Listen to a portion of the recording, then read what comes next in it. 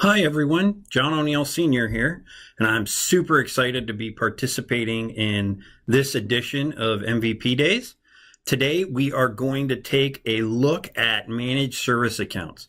Everything from virtual accounts to group managed service accounts, we're going to cover, and we're actually going to go ahead and create some of those accounts, and you'll see just how easy it is to get better control and management of your users and your user accounts. Group managed service accounts and managed service accounts are a great way to avoid that security faux pas of using a normal user account, setting its password to not expire, and then using that to run services on different machines. That's something we absolutely don't want to do, and there's an easy enough way around it. So with that, let's get into the nitty-gritty. All right, let's jump right into this. So, looking at this from a different perspective, let's consider for a second, what is the dilemma we face? What are we trying to accomplish when we set out on this group managed service account journey? Well, first off, I want everyone to understand that the concept of least privilege, right? That security tenet that we've heard for years, it applies to services just like it applies to everything else. So user accounts, we've been applying the concept of least privilege for quite a while now. Well, same thing goes for services. Using an admin level account with a non-expiring password, I don't care if it's in the context of your admin user account or in the context of a service account where you've assigned this account to run a service, is just an absolutely horrendous idea. And in fact, one thing we never want to do is use the enterprise admin account with a non-expiring password. Finally, when we talk about passwords and keeping them from non-expiring, the problem that we face is that we can never keep up with changing the password for every service account out there. That's just too big of a challenge. So let me put down a challenge for the outcome of this session. First, we're going to run our services with an account that is easily managed. So nothing that we have a challenge really trying to maintain over time or anything like that. We're going to ensure that every service account has regularly maintained password changes so it stays secure. None of this non-expiring password nonsense. Finally, we're going to limit the ability of the accounts that are running services on our machines to not performing any normal user type activities. So what that means in IT vernacular is we're not going to allow any of these accounts to log on interactively. That's it. That's the challenge for this session. And I hope everybody agrees at the end of it that we have stepped up and met that challenge across the board. What are these group managed service accounts that we're really talking about anyway? Well, let's step back in time for a second and realize that their development was evolutionary. It didn't just happen, boom, at the spur of the moment. In Windows 2008 R2, Windows Server 2008 R2, MSAs, managed service accounts, came out. Problem was they had a few limitations. Well, in 2012, Windows Server 2012, group managed service accounts were released and they addressed those limitations. Primary among them, GMSAs are able to run scheduled tasks. They're able to be used on multiple devices, so multiple hosts, and they can even be used for things like IIS application pulls. What are the requirements for implementing group managed service accounts? Well, first off, goes without saying, we have to use Active Directory. Since GMSAs are created within Active Directory, like I said, that only makes sense. We also have to extend our Active Directory schema up to Windows Server 2012, because remember what I mentioned earlier, Windows Server 2012 is when or where group managed service accounts were created. The machines where we're going to use these group managed service accounts, well, those have to be either Windows Server 2012 or Windows 8 or a later OS. Finally, you'll want to have PowerShell and the PowerShell Active Directory module on any computers where you're going to be creating or using group managed service accounts. Now, there is one more key requirement, excuse the pun, you'll get what I mean in a minute, that is required for utilizing group managed service accounts. GMSAs rely on Active Directory's key distribution subsystem, so we have to generate a root key for a forest. We only do this once per forest, so it's not something you have to like remember how to implement into your workflow or anything like that. You just have to make sure it's done the very first time before you create your very first GMSA. Now, the PowerShell commandlet is simply add -KDS root key and then space -effective immediately. I should mention here that Microsoft's version of effective immediately really means do it now, go home, wait until tomorrow, come back, and then carry on. That's because it really is best practice and standard procedure to wait at least 10 hours after issuing this command. That allows for replication to take place and everything to transfer in even the most robust and diverse AD forests. Now, if you're doing this in a lab, as we're going to do here in a little bit, it is possible to force the key to be immediately available, and we do that using the same PowerShell commandlet, except instead of effective immediately, we set an actual effective time of 10 hours previous to when we issue the command. You'll see what I mean in a little bit.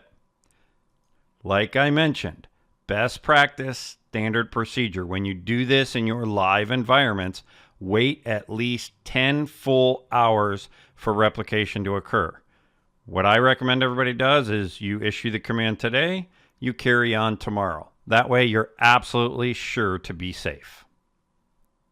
When group managed service accounts came into being in Windows Server 2012, a new class was added to our AD schema. This is why we have to extend it to that level.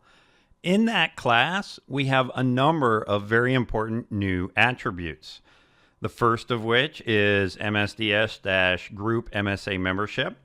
This attribute governs which computers or groups of computers are allowed to retrieve the service account password and make use of the group managed service account.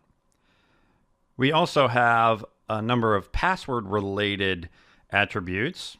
The first being MSDS-manage password, which is really just something that contains the current password, the previous password, and the change interval between them.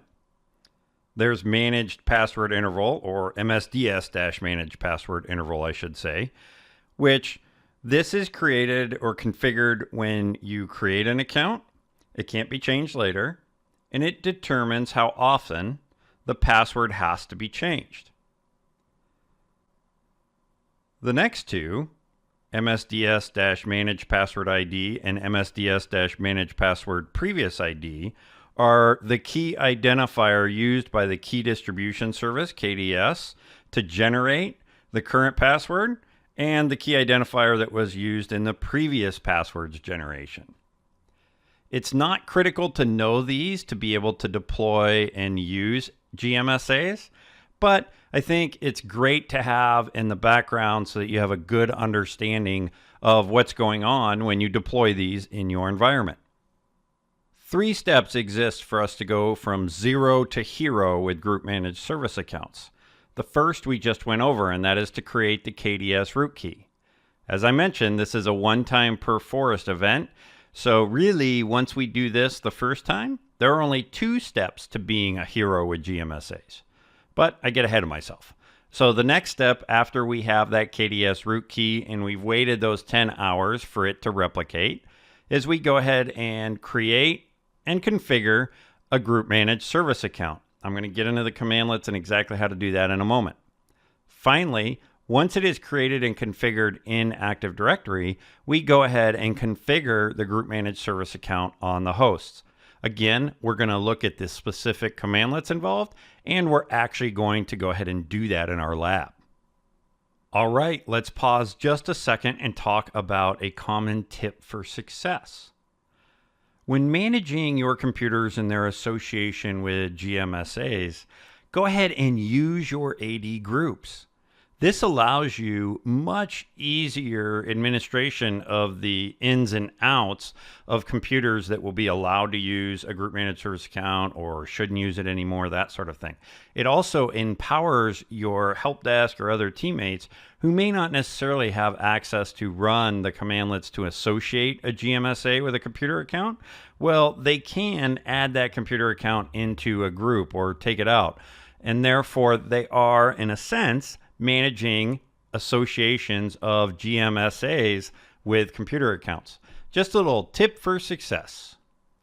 We're going to take a quick peek at the key commandlets used with group managed service accounts. Now, don't worry too much about this part because we're going to do all this live fire in a lab in just a moment. But I wanted you to have a good documentation of what these commandlets are and give you a couple little notes about them. So the new -AD service account commandlet is the commandlet that we're going to use to create our group managed service account. Some of you may have worked with the older school MSAs, managed service accounts. Well, you'll notice that this is the same commandlet. So by default, this commandlet creates a group managed service account. But if you add the -standalone parameter to it, it would go ahead and create one of those old school MSAs. That really doesn't apply to what we're talking about today since we're working with group managed service accounts, but I wanted to mention it. The other thing I wanted to mention about this commandlet is that if you run this and you get a key does not exist type error, that means one of two things. Either you forgot to run that KDS root key creation commandlet once in your AD forest, or you didn't wait the full 10 hours for replication to occur after you ran it. It's important that you do those things. I know I've mentioned it a bunch of times, but I can't mention it enough because it really is critical to the success going forward. Parameter-wise, everything is pretty much self-explanatory here. I'll take a peek at a couple things. That first parameter that I want to go through is the -DNS host name. This is really what you want to think of as the fully qualified domain name of your service account. So for easy purposes here, take your service account name, the name you just gave it, and add .domain name to the end of it. So in this case, if our domain name, our Active Directory domain name was tm360.com, our -DNS hostname value would be myawesomegmsa.tm360.com, since myawesomegmsa is what I named this service account. The final parameter you see there of principles allowed to retrieve managed password, this is the association with a group or a computer, and you can see I've associated it with a group in this case. If you didn't associate your group managed service account with a computer or with a group, or if you wanted to change that after the fact, you'd use the set-AD service account commandlet. Once that group managed service account is created and configured, associated with a computer object or a group, you want to go ahead and install that on the actual host where you're going to use it. So this could be another Windows Server 2012 server, Server 2016 server, a Windows 10 workstation, whatever it is where you're going to put this and put it to work. On that machine, you will run the install-AD service account commandlet. The only parameter you really need to give it is the name of the group managed service account. If you get an error when you run this commandlet, here's a tip. Odds are you probably recently added this computer to the group that you're using to manage your GMSA associations. Well, you need to reboot this computer before this commandlet will work. So if this commandlet throws an error, just reboot this host, try the commandlet again, and I bet you more than likely your error will go away and everything will be peachy. Final commandlet I want to mention very quickly is the test-AD service account commandlet. You can run this on the host, and if it returns a value of true, then everything is golden. Your account is created and associated and ready to rock and roll. If it returns false, then you usually will get a pretty verbose error that will point you in the direction of what you've got going on and messing things up. When using the services GUI interface, it's pretty straightforward, but there are a couple things to know. First off, of course, we start services.msc to get the console up. Once that's up, we go ahead and find our service in the list and then edit its properties. On the Log On tab, it's important to set the account to the group managed service account name, and you're going to enter that in the form of domain name / service account name. Make sure you put the $ at the end of the GMSA name.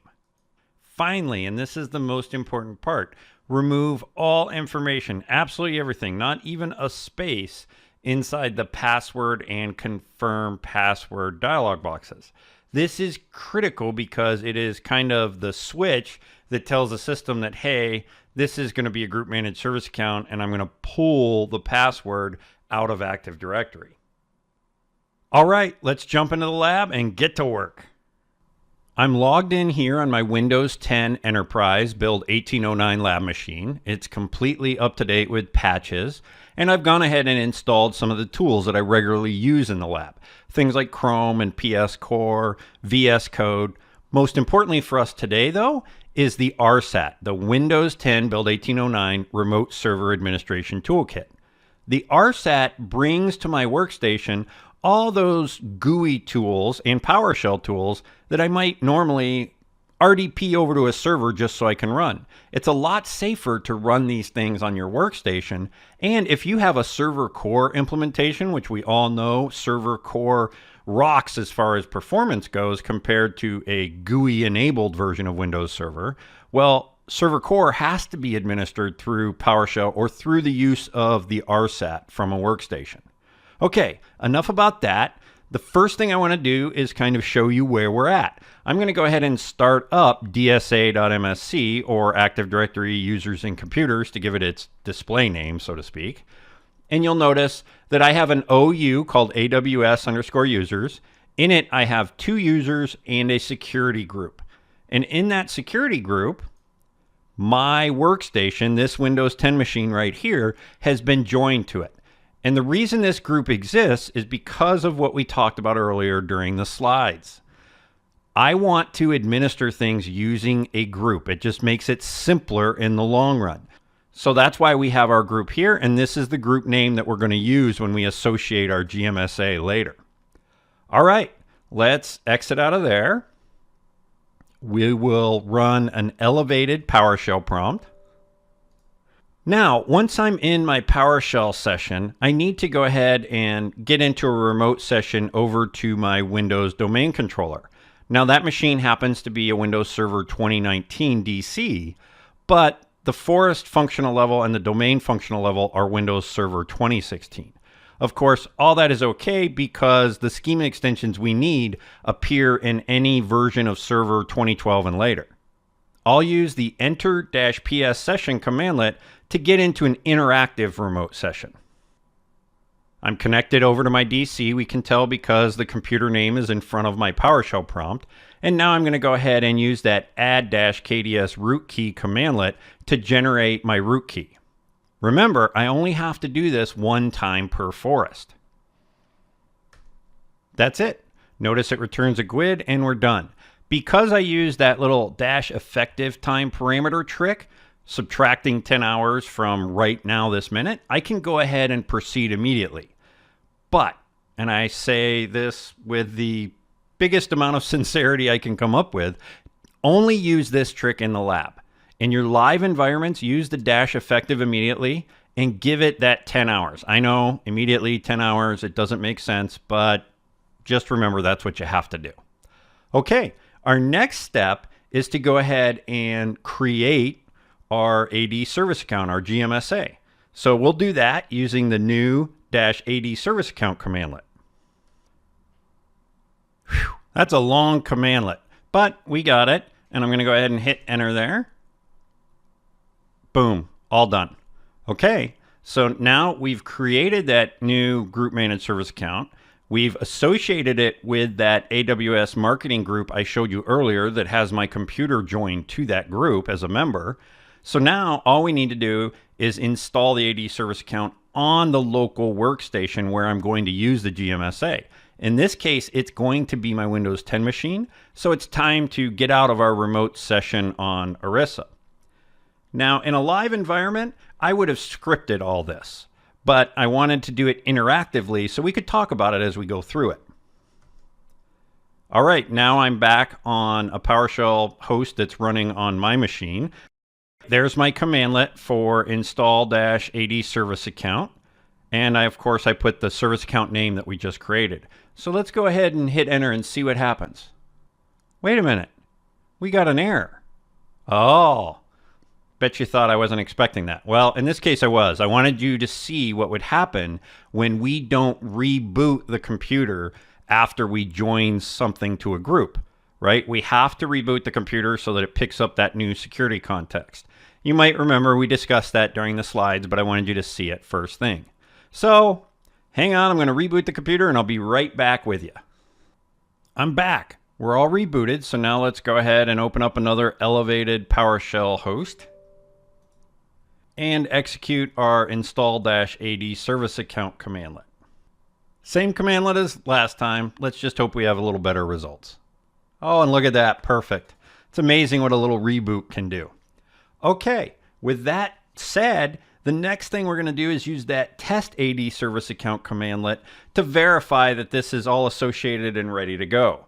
It's as simple as it sounds. We got true, we're ready to go. If there had been a problem, we would have received false and an error message to try and point us in the right direction of what was going on. Okay, with this done, we're ready to start using our group managed service account, putting it to work, right? That's why we did all this. So I'm going to go ahead and exit this PowerShell session. And first thing I want to do is go through how we would set up this account on a service using services.msc.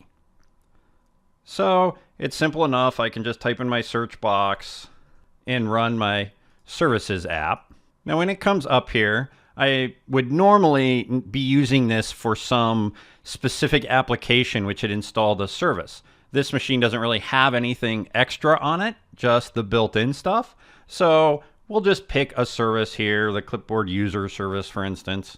And if I come over to the logon tab, you'll see that we get this account option. Now, what we want to do is enter in our service account name. Notice I put a $sign at the end and I put the NetBIOS name of the domain at the front side.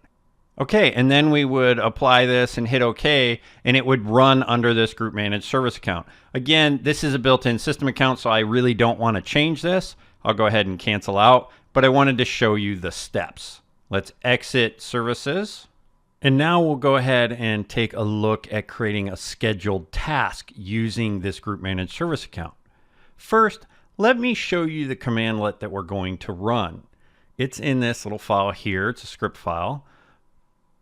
And I've set a few parameters that then I use when I actually create the scheduled task.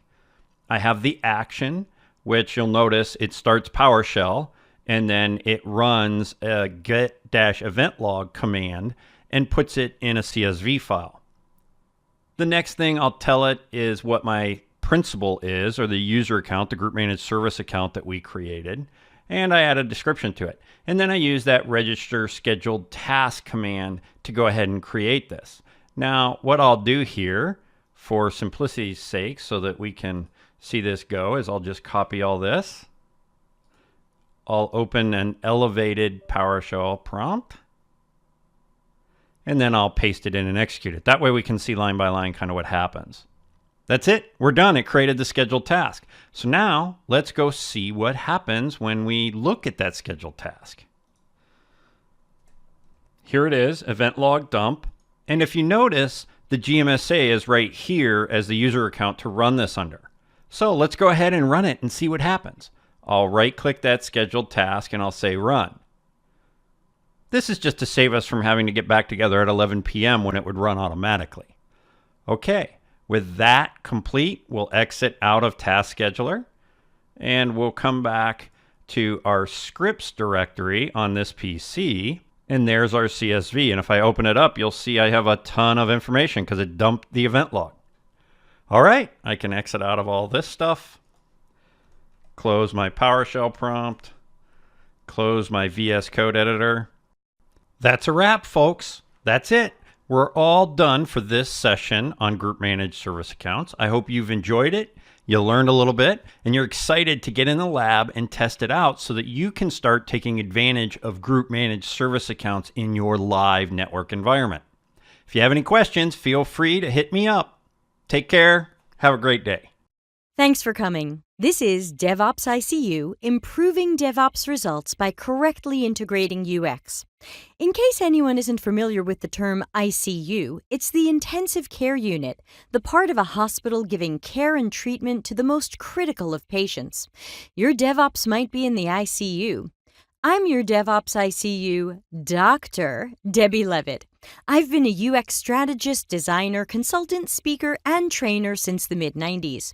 P-Type, short for prototype, is my full-service UX and product design agency. We also help companies build or improve UX teams, including where UX belongs in an organization, hiring, onboarding, training, processes, tools, and getting departments on the same page. Clients like to call me Mary Poppins. I fly in, fix everything, sing a few songs, and fly away to where I'm needed next. Though it's always better when UX stays on even after someone thinks they're done with a project. And please add me on LinkedIn. This session boils my 2-day DevOps ICU workshop down to about 30 minutes, so we'll get through everything we can. And normally when I give this live, I tell people, take pictures, tweet, but in this case, we're watching a video, but you're still welcome to tweet me at DevOpsICU. And in case you see this camera icon, that's for my live audiences. Then they know this is a good moment to take a picture of the screen. Some people have asked if my session is just a sales pitch for UX. Well, that's a really strange question because if you're here, I don't have to sell it to you. You're interested in UX and you need some help or tips.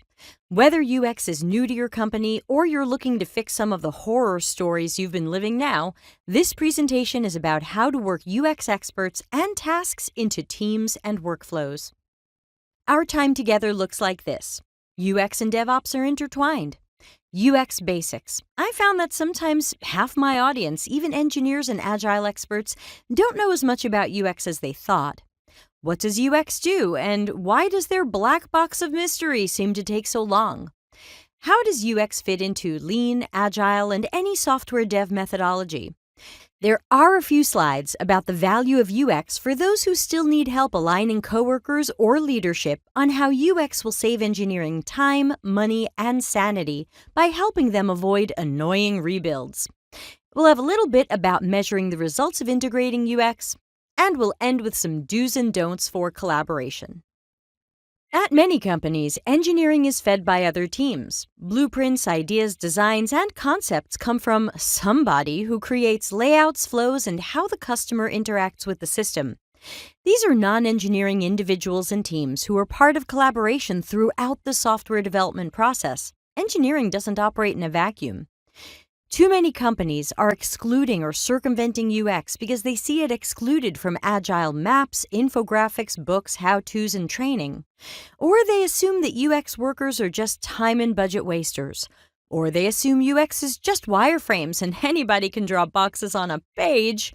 Wrong. Expert UX architects research, design, test, and iterate on everything between someone saying, I have an idea, and let's get it to programmers to be built. DevOps is about so much more than how developers connect with IT, how infrastructure is managed, and how frameworks can be improved. It's about recognizing how many teams are truly involved in the software development process, how intertwined their roles and work are, and finding better ways to make sure everybody is at the table.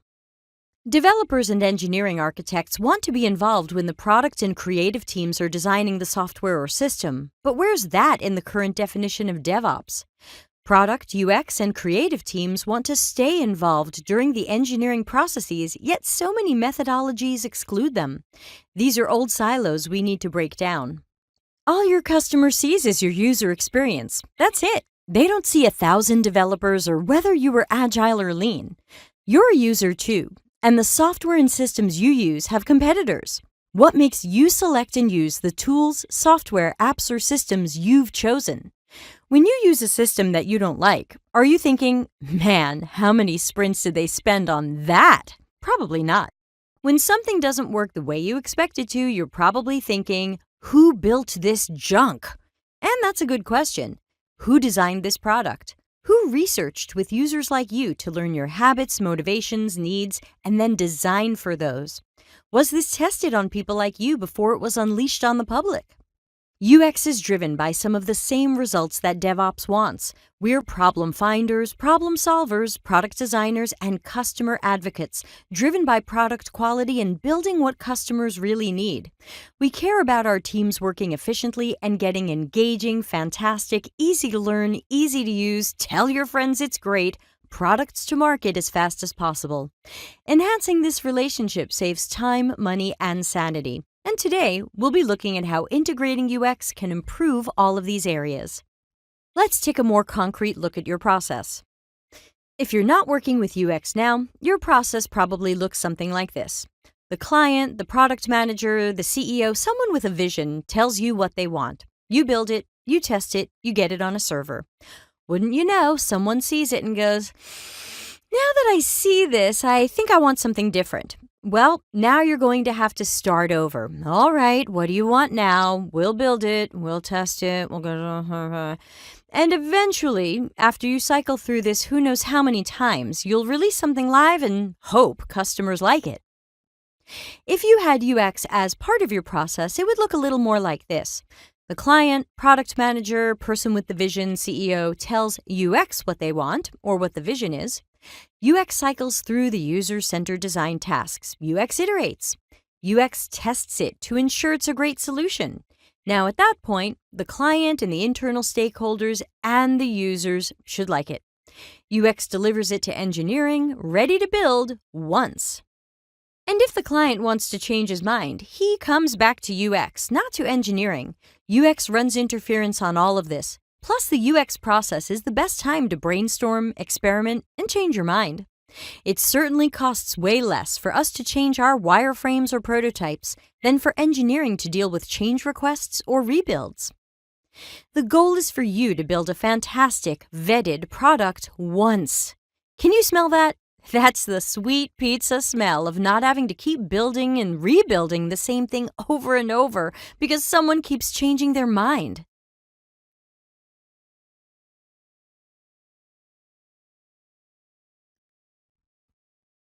User experience is the more scientific, psychological, and problem-solving side of product experience and service design. Goals include happier, more loyal customers, ease of learning and use, shorter, more intuitive processes, and accessibility for people with mobility, vision, hearing, cognitive, and other issues.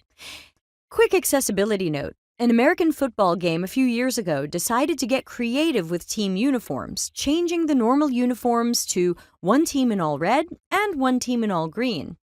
Except this is how the game looked to people who were colorblind.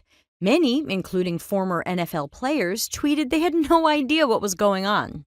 You thought that good UX just needs a few hours to draw boxes on a page, but part of our process is to take differently abled people into consideration when designing interfaces.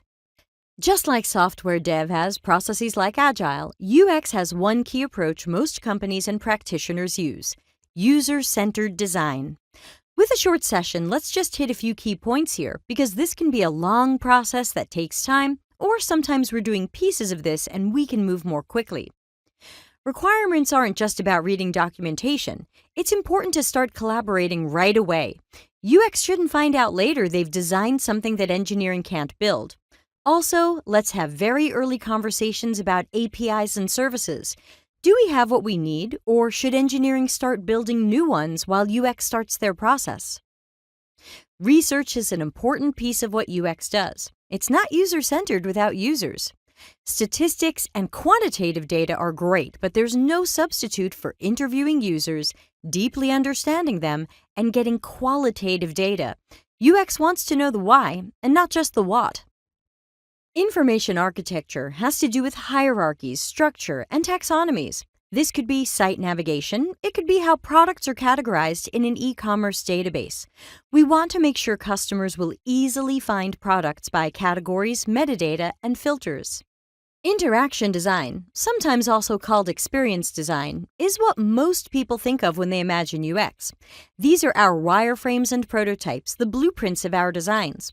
These would show process flows, layouts, menus, interactions, paths, choices, and so much more. Now it goes to user testing, also called usability testing, which happens during our process and before engineering writes a line of code. We need to make sure that the idea and the execution are fantastic for our target customers.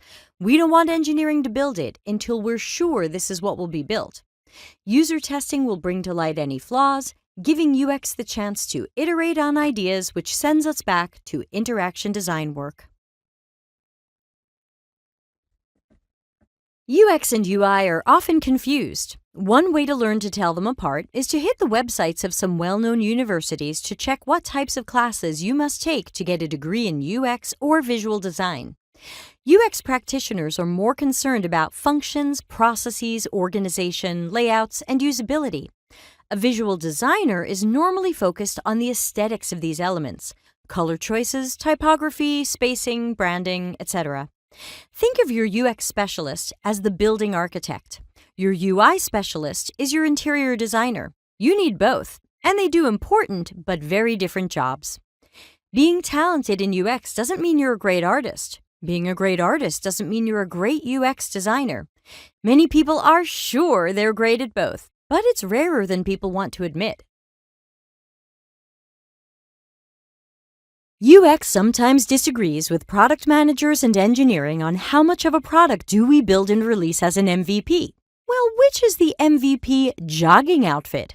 Non-UX roles often say the first one, since it's viable and, minus the hat, it certainly is the most minimal jogging outfit possible.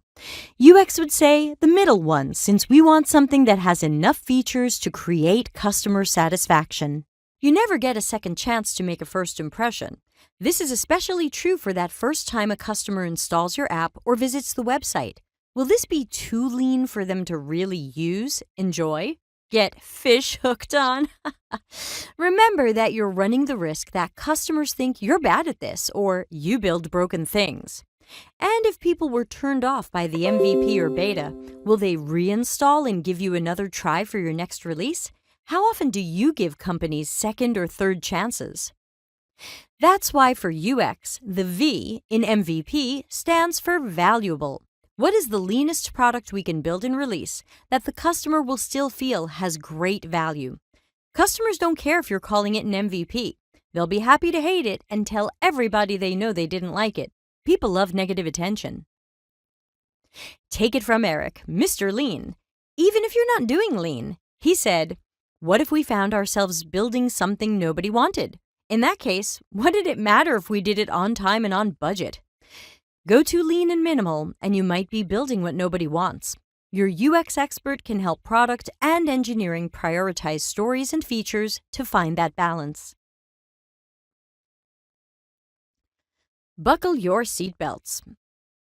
I'm going to use Safe Agile in some of my examples, but please know that everything I tell you can be adapted to any methodology or flavor of Agile, with a few things that are more specific to Safe. Once upon a time, I went for Safe Agile training where, when I asked where UX fits in, they had no idea where UX belonged, and if I figure it out, I should tell them.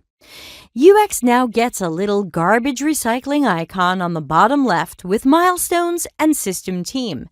But that doesn't tell me, or anybody, how UX works in. Are we in sprints? Are we on the team or outside of it?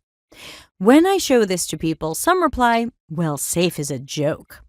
Maybe or maybe not, but it's hard to find any Agile info or training going deeply into how you work with UX, the people designing what engineering will build. Version 4.5 of the Safe Agile framework says, while UX experts used to be in charge of the design process, this was often too siloed. So, their solution for that is to remove UX experts, because that solves siloing. Where else does your company like to put untrained, non-specialists in software development teams? And why would untrained non-specialists imagine they can do UX work? Well, notice the I for design and the feel for user interaction. These words are carefully chosen to minimize UX experts. You wouldn't say an expert cardiologist just has a feel for working with the human heart. You wouldn't say your senior developer, gosh golly gee, she sure has an eye for working with programming languages. But these words are there to help Agile team members who self-assess as having an eye for design and a feel for user interaction decide they're perfectly qualified to do UX work. SAFE appears to believe the specialty training isn't really needed as long as you have eyes and feels. So where does UX fit into Agile? Well, first of all, nobody puts UX in the corner. Here's where UX really lives. We're here, in portfolio land, involved in what we're building, why we're building it, and prioritizing what we're building. UX lives here, in continuous exploration, that process of continually exploring the market and user needs and defining a vision, roadmap, and set of features that address those needs. We're all about customer solutions completely. It's what we live for. We're making DevOps better wherever we can. We want to improve and enhance the culture. We're all about decreasing failure rates, though we're thinking more on the human experience level rather than the technical bug level.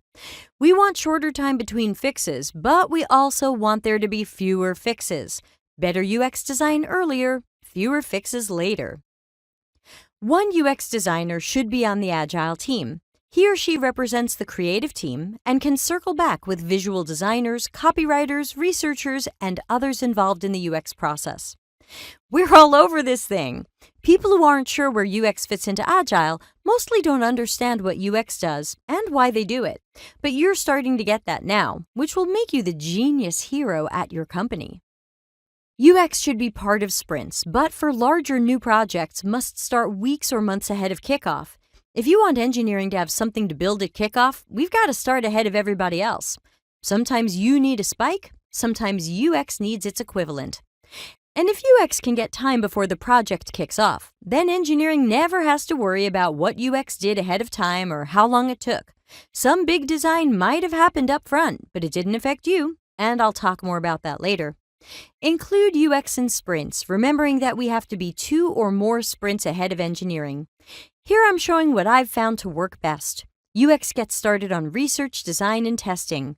When UX is looking good, it goes to UI for visual design.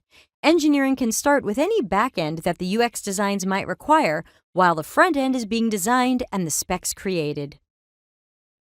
Get plenty of tech stories or fixing of tech debt into the backlog.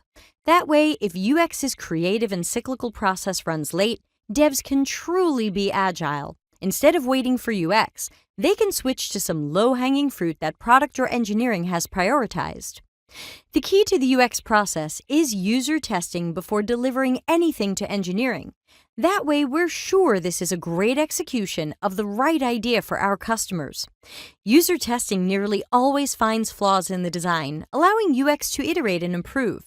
Sometimes there are a surprising amount of flaws. Sometimes it's best to test again before declaring things finalized. Things can run late. It happens with engineering also. Estimations were off. QA found more bugs than anybody expected. Something really broke. Oops, we need an API call for that. Hey, it happens to the best of us. And remember your Agile Manifesto Principles. Principle 1, our highest priority is to satisfy the customer. That's directly linked to how valuable, delightful, easy to learn, easy to use, and life-improving our product is. Principle 5, give motivated individuals the environment and support they need and trust them to get the job done. You have to hire great UX workers and give them trust and what they need. Principle 9, continuous attention to technical excellence and good design enhances agility. Design matters. Let's make it great. And my favorite, Principle 10, simplicity. The art of maximizing the amount of work not done is essential. When UX kills or changes features, we're often seen as the bad guys.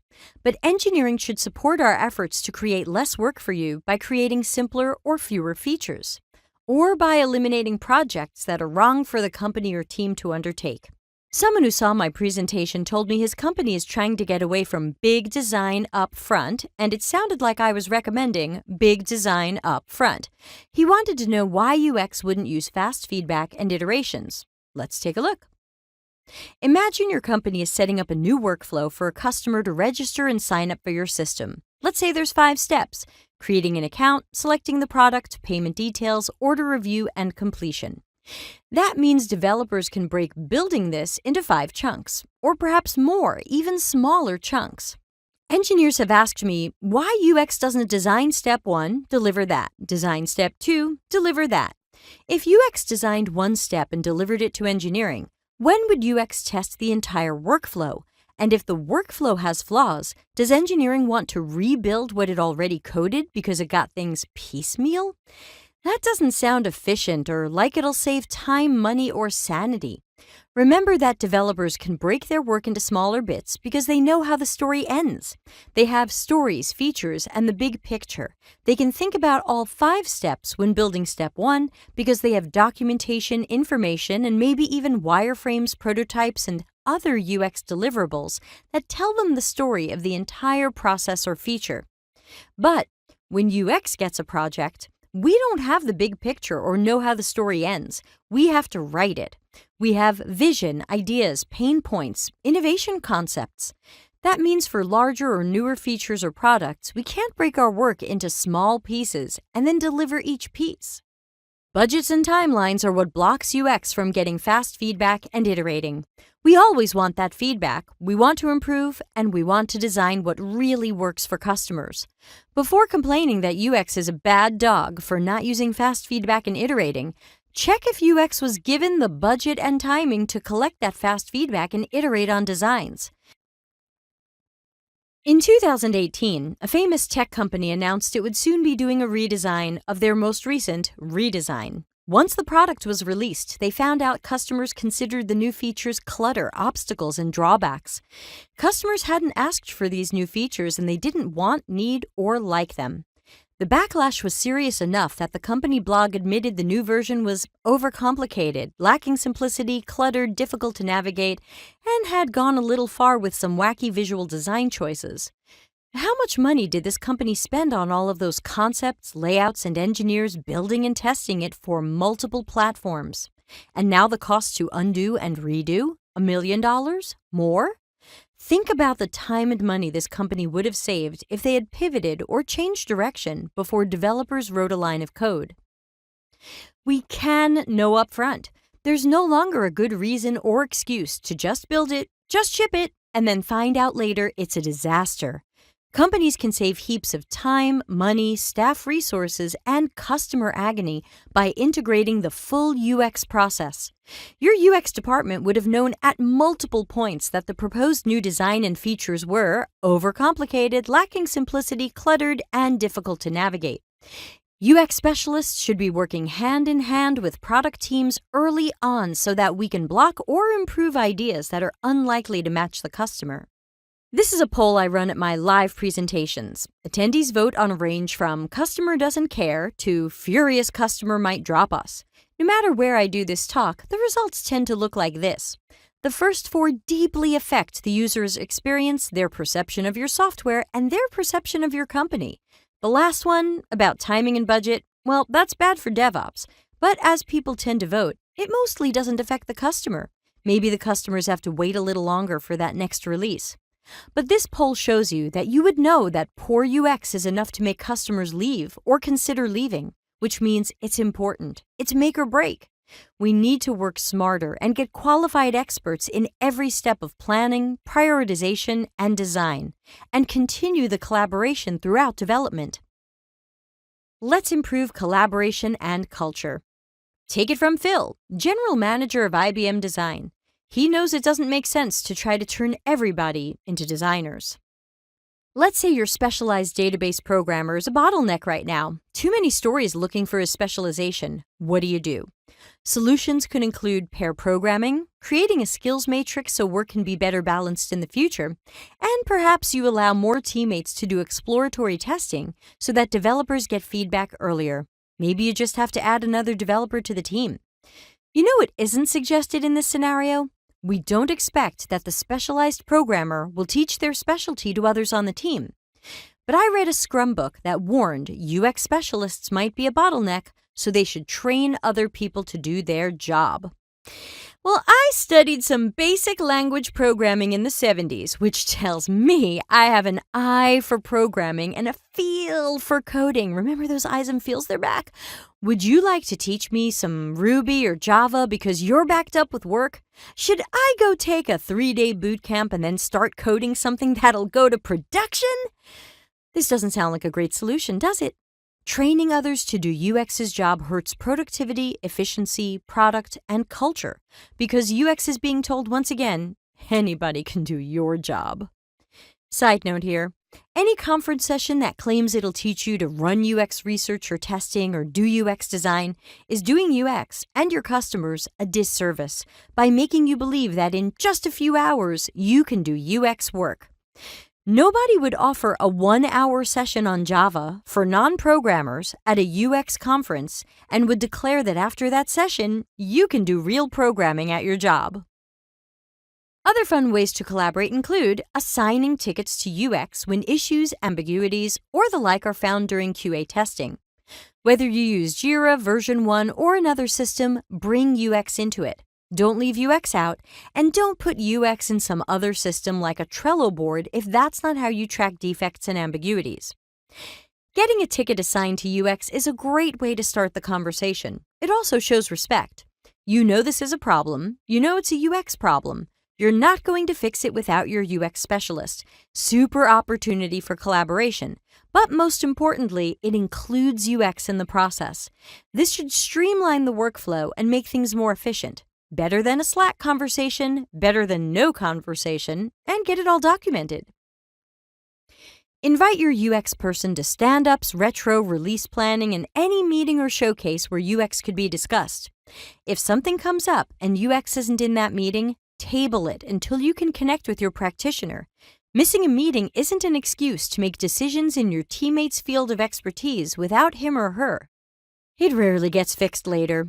I can't think of the last time an engineering team highly prioritized fixing UX debt that we knew we had before or while the product was being coded. Nobody will want to go back and work on it. We have to push ahead to cover more stories, features, or backlog. Without customer satisfaction, you might not have customers. If you like quantitative data, we can measure how improving your processes by integrating UX has made positive changes. We can keep an eye on customer service, call center, and social media, like fewer complaints, better app reviews, higher app ratings, fewer support tickets, fewer call center calls, and more positive semantics of social posts. We could also look at more app installs and fewer uninstalls, higher average order value, and higher conversion rate. Just like there are many metrics allowing us to determine if customer satisfaction is increasing or decreasing, the desired result of these DevOps goals are measurable. How long do stories, projects, and epics take to get to market before and after your UX revolution? I'd also imagine that developer time estimates become more accurate when they have finalized UX designs on which to base their estimates versus working from stories or whatever you're doing now. If UX is providing blueprints and those are being followed, we're hoping engineering has less work by reducing surprise changes and rebuilds. Getting releases out to the public more quickly or often sounds great, but let's make sure we're building the right product. Nobody wants to continuously deploy pieces of junk. Internal communication and culture are measurable, but most of that will be qualitative or anecdotal. Are you having fewer conflicts with UX or on cross-functional teams? Are people collaborating and communicating better? If you need quantitative data, start with a survey where workers rate their perceptions. Then give them the survey again a few months later. We want the bed to be empty because the patient recovered and is better than ever. If your DevOps needs critical care and treatment, UX can't fix everything. But you might be surprised how much great UX can improve. It's time to rewrite the book. Refresh any poor or incomplete training. Talk to your managers and leadership about what you've learned here about how productivity, efficiency, collaboration, culture, product, and customer satisfaction can all be improved. Work with UX leadership on improving collaboration, culture, tools, workflows, and processes. And it's time to stop pointing fingers. Doesn't matter how we got here. It only matters that everybody involved is doing their part to pave some new roads. The path to getting your DevOps out of the ICU and seeing improved DevOps results, great product, and happy customers is the complete and correct integration of UX specialists and processes. Well, thanks for joining me. If you like the short version, you might like the longer version. Check that out online at devops.icu/workshops. Thanks again for joining me and have a great day. Greetings and welcome to my session on the practical uses for the Windows subsystem for Linux. My name is Mike Nelson. You can reach me at mike@geektweakers.com or on Twitter at @NelMedia. I also have a website. I don't do much blogging there though, and I have a GitHub repo, along with being a Microsoft MVP, a Azure User Group leader, a Citrix CTP, a VMware vExpert, and a vMug leader. So let's hop right into this. We're going to talk about the WSL. Microsoft and Windows, they like each other, and it's not a big secret. It's been out for a while. They really like each other now, though, with the WSL, and it's kind of cool. They really brought the two worlds together, finally, in a purposeful way that allows for, some really kind of cool things that you can do, that developers can do, and the long-forgotten sys administrators, right? So everybody focuses on the development aspect of this, but system administrators as well. I grew up with the Linux command line, and to have the two working together, so a lot of system administrators will appreciate this, and I hope that they're using it for what it can be used for, and that's what this session is on, some of the practical uses of it. Let's talk about how it actually works. Just so you know, before we get into this, I've only got a couple slides here, and then we'll be going right into, some real demos. So hang in with me here for about 3 or 4 more slides, and we'll be all done. So take a look at how it works. There are no VMs, right? We're not talking about VMs here, virtual machines. We're talking about an actual integration directly into the Linux kernel. It's actually a subsystem for running unmodified Linux binaries on Windows as if they're native, as if they're right there built into the kernel, right? It runs real ELF binaries and packages, the real thing, and it's just the OS and kernel bits, right? It's not like, Cygwin, like some folks use in order to emulate or do emulation and have a port sitting in the background and a bunch of other things that, wrappers and so on and so forth. It's the real thing. And if you look at it from an architectural point of view, it's the genuine thing that's, when they're talking about ELF64 binaries, which are the core of Linux, that are loaded directly into Pico processes. And Pico processes, obviously Pico being, minutely small, but you're talking about the bash, the Git, the Ruby app, things like that, all the necessary components that, a lot of folks that use Linux need to run. And if you dig it even a little bit deeper, the WSL exposes the SCI, the system call interface and calling convention. It's actually part of the kernel. They've embedded that in there, which is, allows for doing all the read and write and everything else that you can do inside of the kernel itself. Also, it utilizes the NT kernel APIs, the existing ones. It shares a network storage I/O with the Windows host. You can do, what you need to do with the storage and the network, being able to manipulate them and share them. And be able to talk directly to the kernel APIs. So there's a lot of things that can be done from a development point of view, but also from a sysadministration point of view, for administrators that have to manage people, that like to use Linux on their desktop, that still have to use Windows, or being able to go back to old school and manage your infrastructure with Linux. You can do all that now with the WSL. What's the first thing you have to do? Obviously, you have to install the WSL. In order to do that on Windows 10 and Server 2019, you need to go into the control panel and turn the Windows features on and off. Okay, and the feature you want is the Windows subsystem for Linux. You can also do this via PowerShell, and all you're doing is enable, the Windows optional feature, just like the command line says here. You have to do this before you actually install the distribution. This kind of prepares the kernel for the distribution itself and sets up the package directory and things like that. So how do you get the distributions? Well, they're in the Microsoft Store. The official ones are in the Microsoft Store. These are the ones that are out there right now. Okay. Ubuntu, Debian, Kali, OpenSUSE, SUSE Enterprise, and a new one on the horizon here. WLinux, been out for, I don't know, maybe a year or so, maybe longer, but that actually, it costs money. I'm on the fence on WLinux. They say it's the most compatible with Windows WSL. Okay. Not really sure on that, but anyways, when you get to in the store, those are the ones that Microsoft, has developers push to the store, just like, every other vendor that has a store. What the thing about it is that there are things that are done outside the store, as you know. Remember side loading and things like that. We'll get into that in a second. But in the store, these are the distributions that you can have. You'll notice there are multiples of Ubuntu, OpenSUSE. And the reason for that is because they have a couple different tiles in there. If you select just the Ubuntu tile, you're going to get the latest version. You're going to get the 18 LTS. But they have a separate tile just for 16 LTS because maybe you have something that you need to run 16 LTS and not on 18. It's the same thing with OpenSUSE or SUSE Enterprise. So they give you the option, to do that.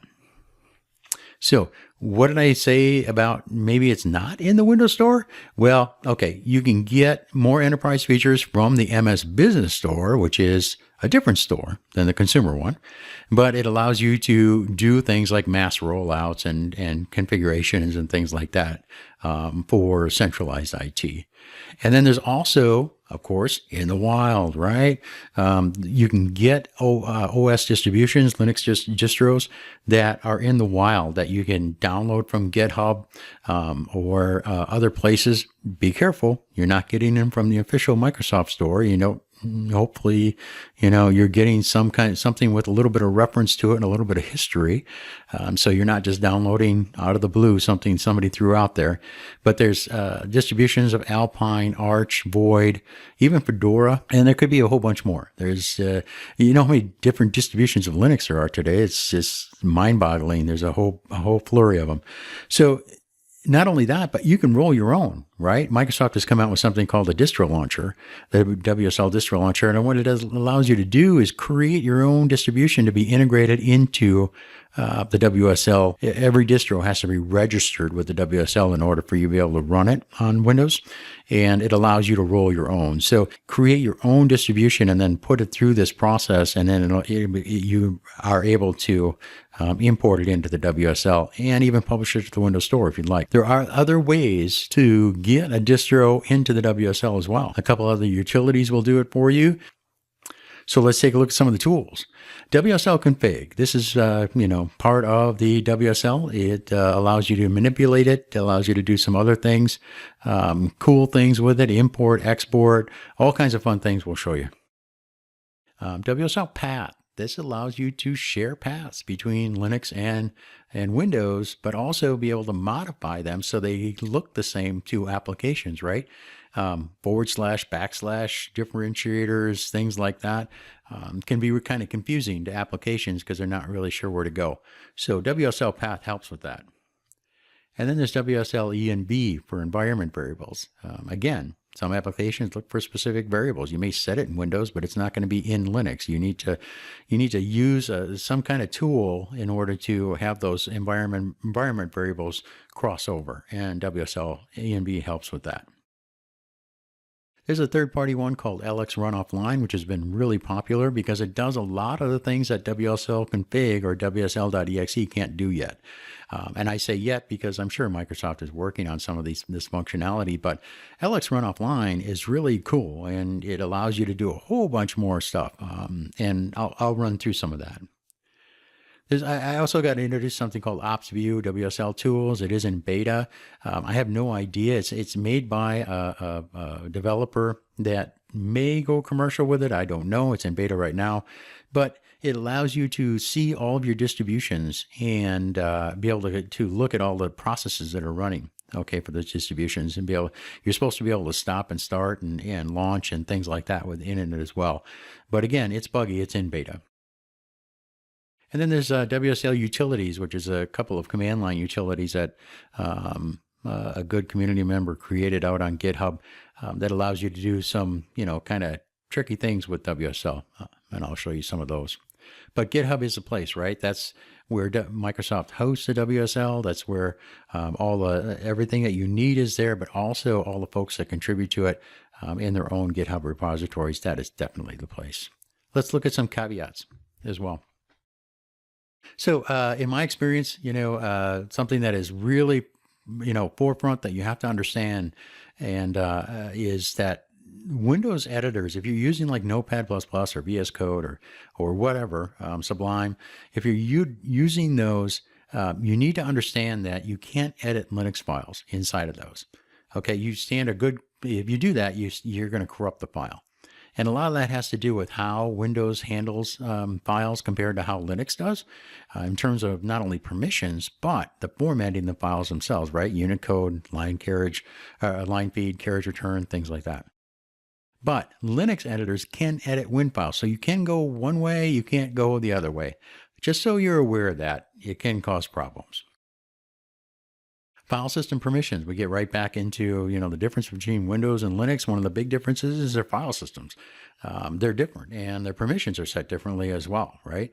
If you don't understand Linux permissions, they're a little bit more complicated than just checking a box like on the Windows side. So maybe you need to read up on that a little bit, because you could spend a lot of time talking about this. Graphical apps and X servers. Right now, Microsoft doesn't officially support them. I think that they're going to in the future, but right now they don't. And it's all about, being able to bring up that X desktop and be able to, use your GUI and things like that. WSL was created mainly for automation, API, and command line. That's really why it was. Now, the graphical thing I think is going to come down the road here, but it's just not there yet. There are workarounds, no doubt. I have it running on my machine here, and hopefully I'll be able to show that to you. Single install distros. One of the issues that I find with the Microsoft Store, and a lot of other folks that do as well, is that you can only install a distribution once through that store. Okay, that doesn't mean that you can't copy that distribution and create multiples, but you can only install it once onto a machine, which I don't understand that, but that's Microsoft for you. And you can actually use some other utilities like the LX runoff line. You can use that, and you can do an export and an import and rename and move it to another directory, all that kind of fun stuff. And I'll show you that utility in a little bit. Process kills are tough in WSL. They really are. I read a lot of GitHub issue posts and forum posts and things like that around just trying to kill processes. It can be hit or miss, really, to tell you the truth. I've been able to kill them, and I haven't been able to. A lot of times it takes, having to stop the actual service that runs the WSL on the machine, or doing a reboot. That's, in order to get a clean environment, because, Linux still has problems with runaway processes and things like that. That's just how some of the native functionality of Linux works in the applications that are developed for them. So process kills are still a little bit iffy. Along with .bashrc and profiles. If you're not familiar with .bashrc, but it's basically a profile, a startup script for Bash, the Bash shell. So this is located inside of your home directory, or what we in the Windows world call the user directory. But it lists out things that you want to start up when you log into Bash, into the shell. And it's hit or miss again. It's like, yeah, I've gotten it to work on one distribution really well, but then I added a new distribution and it didn't work at all. So, I didn't change anything. It's just, it worked on one and it didn't work on the other. So again, there's a lot of posts out there about this. It is a problem. I'm not exactly sure how they're addressing it, but just so you know, you can get it to work if you just do a little bit of hunting if it doesn't work for you right away. And then finally, some things just don't run. It's just, the WSL is still kind of taking baby steps. It's still a little bit in its infancy. Some things just won't run, especially things that make deep system calls. They still have to talk to system D and things like that. There are some things that, still have a hard time, but I think those will get ironed out in the future. And then finally, what we're going to do is we're going to demo. Yay! Let's go ahead and we'll take this thing apart. We'll look at the WSL. We'll look at some of those utilities. We'll run some stuff, and we'll show you how you can practically use this, not only from a development point of view, but also just being a sysadmin or being a Linux, person who wants to understand Linux and learn Linux, or someone who has, grown up on Linux and has to use Windows as well. So let's take a look at all this kind of cool stuff, and let's have some fun. So here we are at the demos. I'm going to start out by showing you a lot of demonstrations around the utilities that I talked about in the slides, WSL, WSL Windows operating system and the Linux all the other operating things. system. But what I'd like you to do is, as I'm going through these, to kind of put in the back of your mind, think about what you would utilize the WSL for, not only from your own standpoint if you're a developer or a system administrator, but your users as well.